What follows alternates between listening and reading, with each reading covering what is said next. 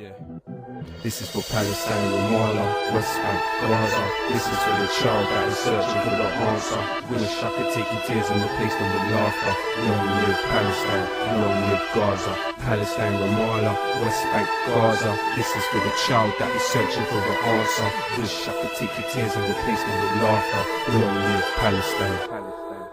While we listen to tunes made by ignorant fools, Israel blocked the UN from delivering food. They bring in the troops and you won't even glimpse at the news. They make money off the products that we're quick to consume. And it's not simply a question of different views. Forget emotions, this is facts, what I spit is the truth. Makes no difference if you're a Christian or if you're a Jew. They're just people living in different conditions to you. They still die when you bomb their schools, mosques and hospitals. It's not because of rockets, please God, can you stop this all? I'm not related to the strangers on the TV, but I relate, cause those strangers could have been me. Words could never ever explain the raw tragedy. It's not a war, they're just murdering more rapidly, and we're automatically supporting pure savagery. Imagine how you feel if this was your family. Free my people, long live Palestine. We will never let you go. Sing it with me now. Free, free Palestine. Free, free Palestine. Free, free Palestine. Free, free Palestine. Free, free Palestine. Free, free Palestine. Free, free Palestine. Free, free Palestine. Palestine remains in my heart forever. We stand for peace, times of war. We shan't surrender. Remember, it didn't start in this dark December. Welcome to SHOAH TV. Tonight we'll be talking to you about the Palestinian Nakba.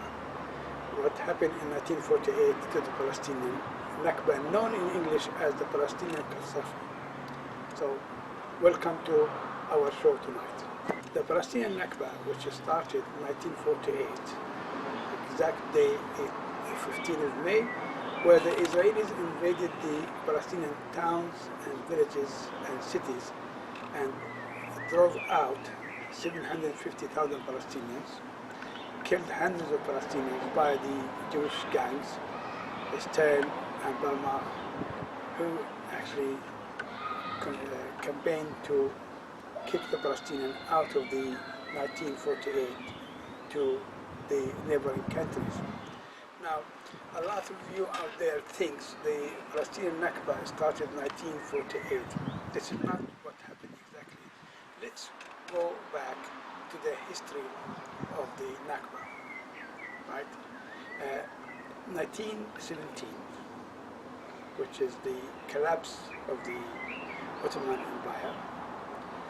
The Palestinian land was replaced under the so-called British mandate, according to the National League and the United Nations, that Palestine will remain controlled by the British forces from 1917.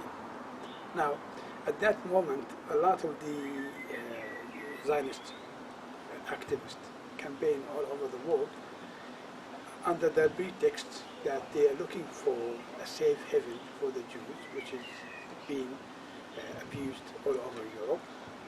They're looking for a homeland, so they campaign the British, and the British allowed the Jewish settlers to enter Palestine step by step.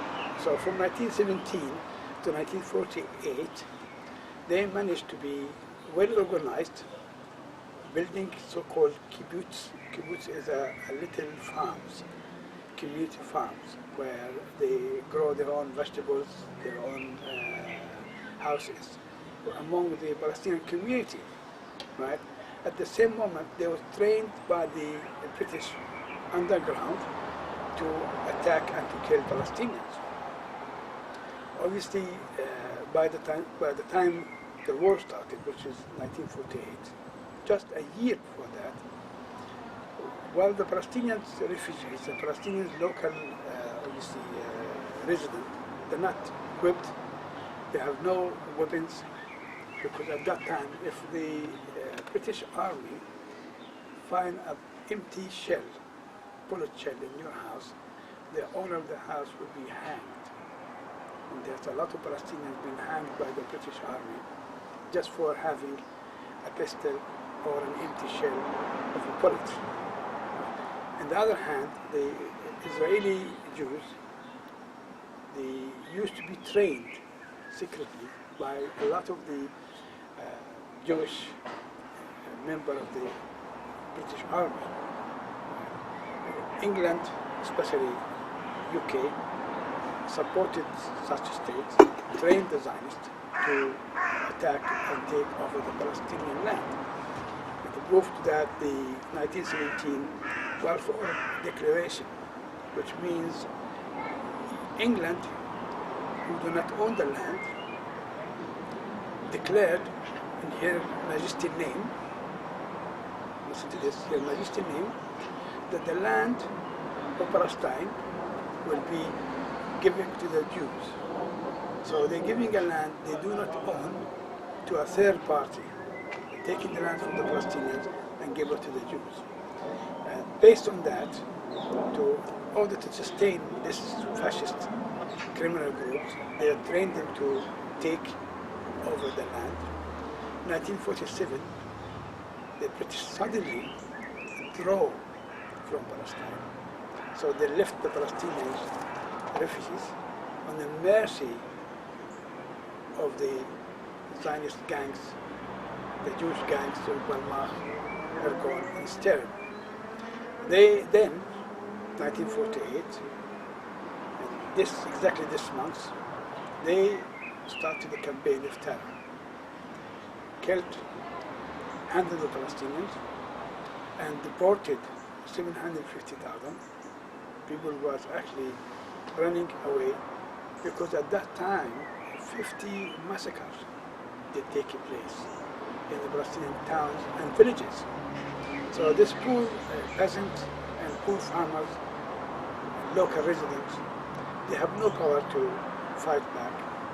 So they managed to escape to Gaza, West Bank, Lebanon, Egypt, Iraq, and Jordan, and other Arab countries.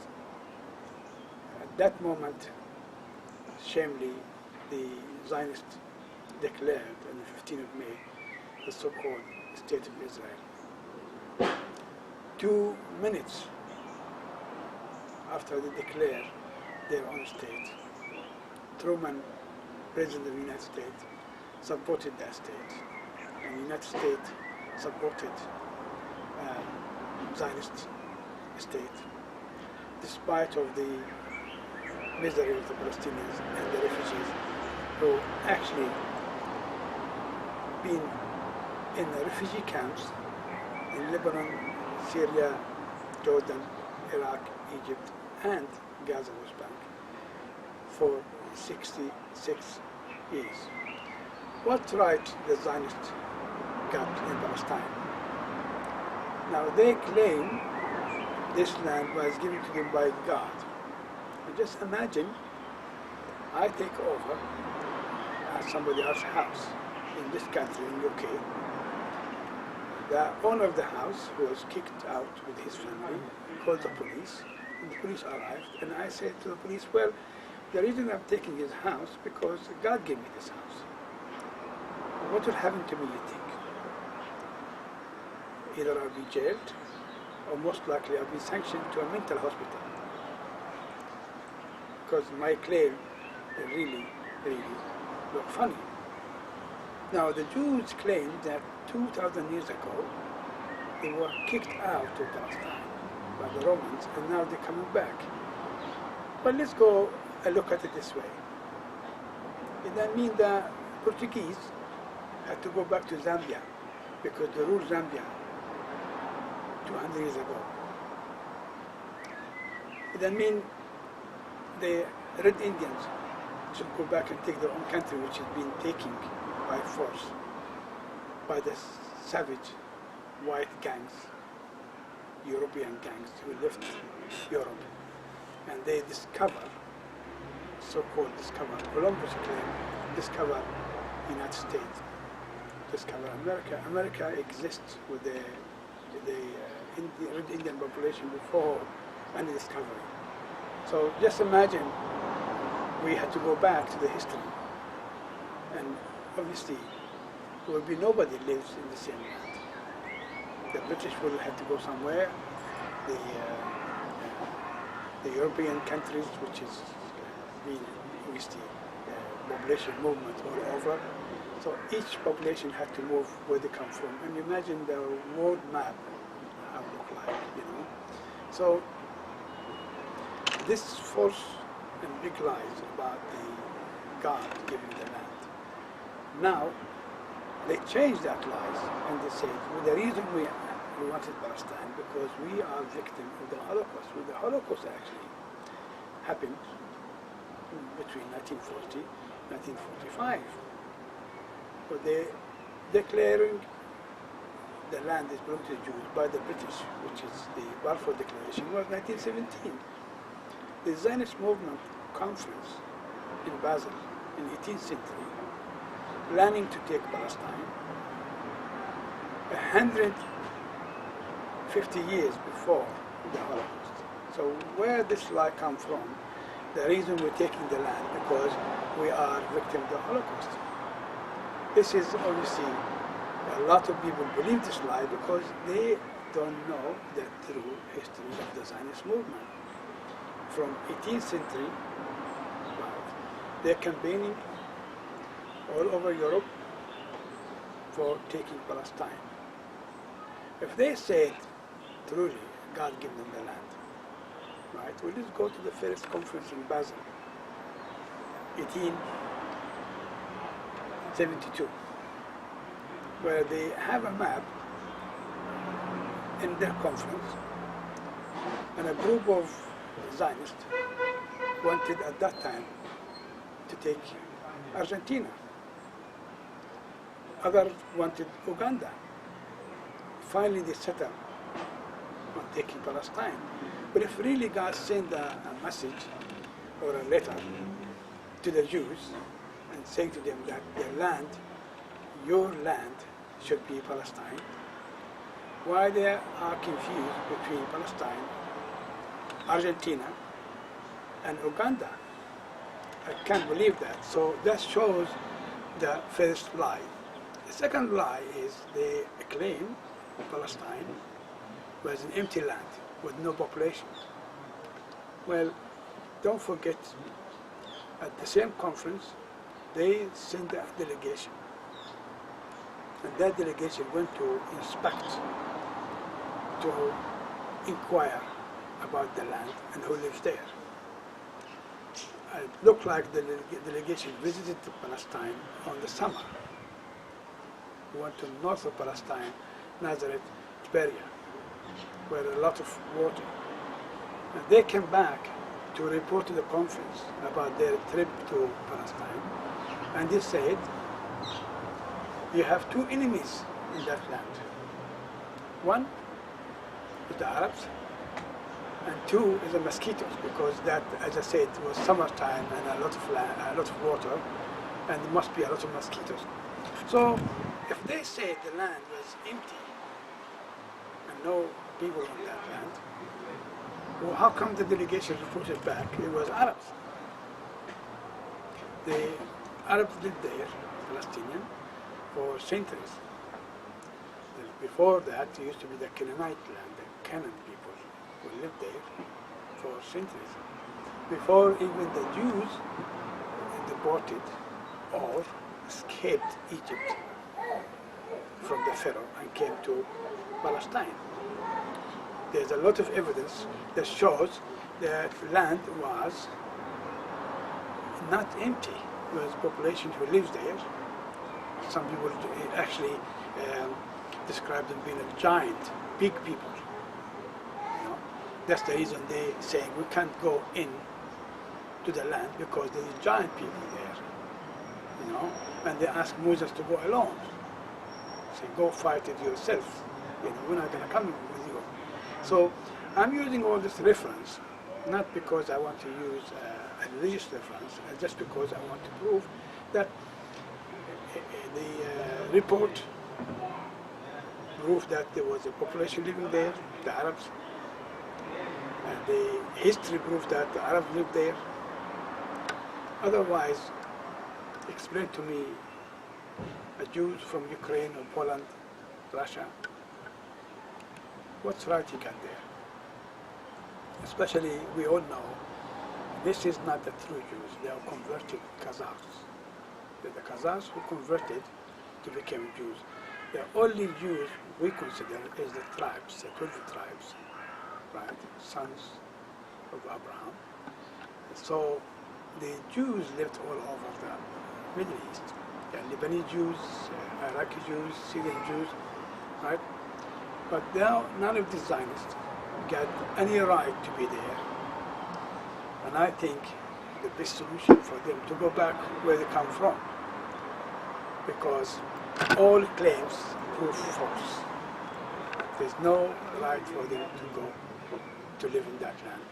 The result of that Holocaust in 1948, the Palestinian Holocaust, which I call it, we started calling it Nakba, there is nearly 5 million Palestinians, refugees all over the world.